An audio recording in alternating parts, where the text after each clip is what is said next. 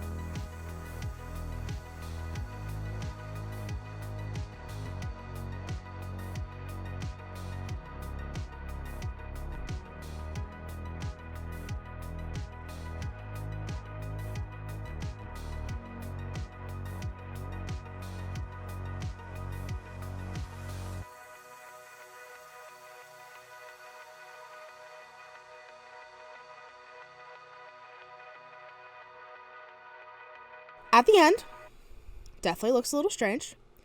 I think it's the massive forehead, but hair will definitely help with that, as you'll see in the future. I added some gloss to the inner corners of their eyes, and I think their teeth as well, and the face up is done.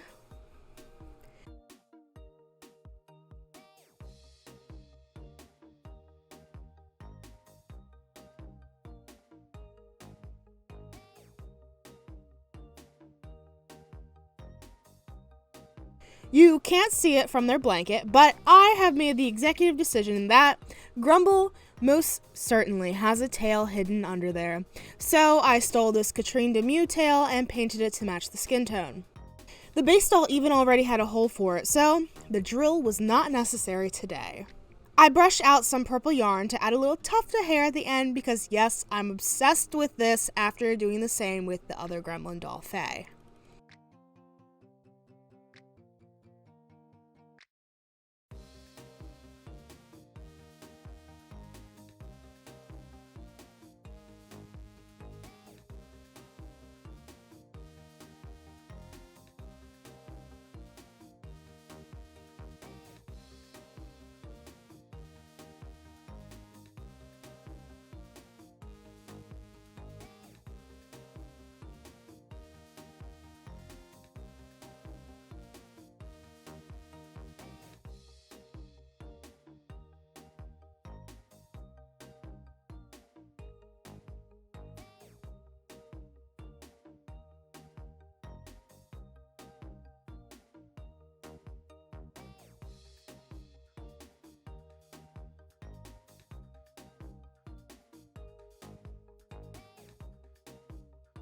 I used that same yarn for the hair. First, I blocked out the hairline with a watercolor pencil and then painted it with acrylic paint. Grumble is going to have a very simple buzz cut because I don't want to take away from their ears or headphones, but I'm getting ahead of myself.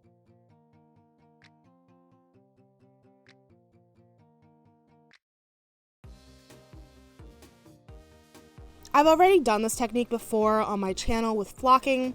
Just snip up the yarn in tiny segments to make your own, and then pat gently down onto a thin layer of glue.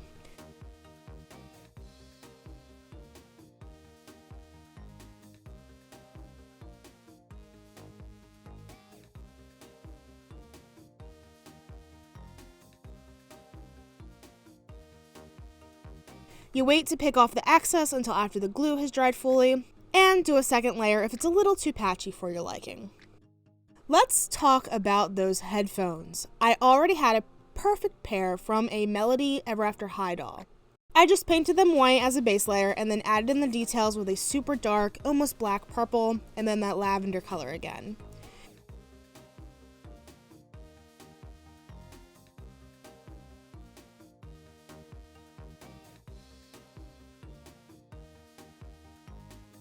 Seal that with a couple layers of gloss and we're good to go.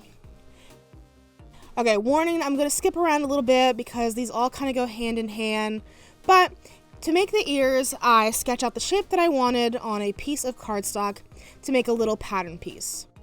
I cut out 4 shapes on this green felt. I painted on some details on 2 of the pieces with acrylic paint.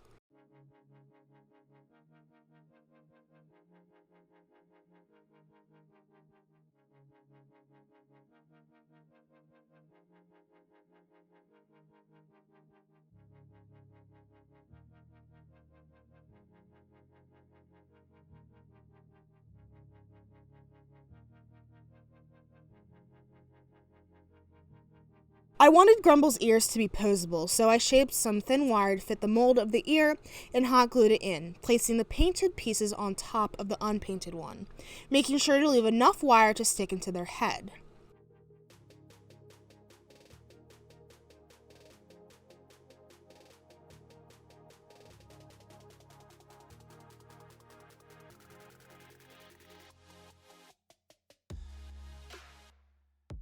I soon hit a massive struggle, which was getting the headphones over the ears. I used the thumb tap to make the holes before twisting the wire into the head to hold it into place.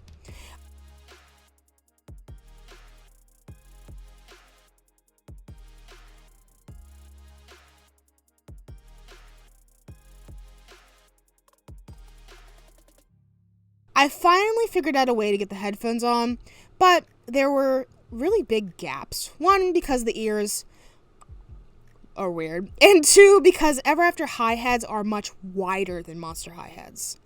To combat this, I placed small rounds of black felt on the inside of the headphones, which worked perfectly because not only do they now fit snugly, but they kind of look like the cushion on the inside of nice headphones.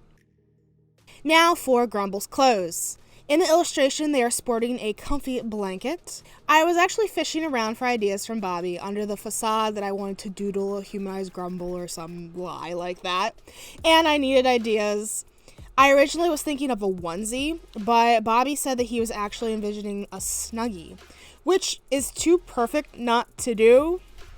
I used this super soft minky fabric, which I thought was really cool with that like bubbly texture. For those of you who don't know, a snuggie is just a backwards robe. It's the stupidest thing ever, but people seem to love it. And making one is super easy. It's literally a rectangle with armholes and sleeves.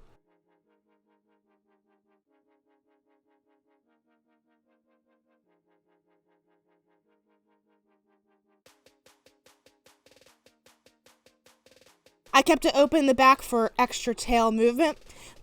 But I did add 1 snap below the tail so that Grumble wouldn't be completely exposed. They are still missing one thing, a microphone so that they can podcast. I was shocked at how smoothly this went together. It was a magical experience. I carved down a piece of craft core because it had the perfect scratchy mic texture and wrapped it in a rectangle of craft foam.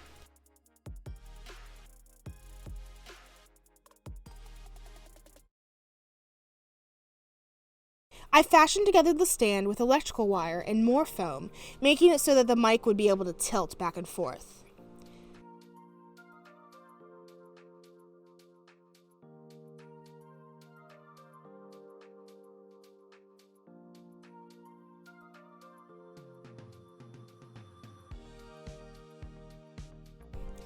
After gluing the wire in place on either side of the main unit, I added some buttons and rounds of foam to add a little bit of detail. The base was 2 layers of foam with the wire stand sandwiched between them. After a few coats of white paint, it was time to truly make it Grumble's mic. I used the same colors from the headphones with some added little gray shiny bits.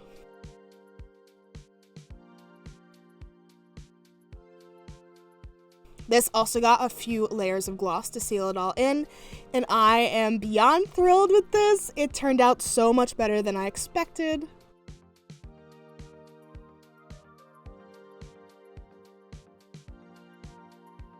If you didn't know, Bobby and I have been long distance since I graduated last December, and COVID has made just things extremely hard for us, not being able to see one another.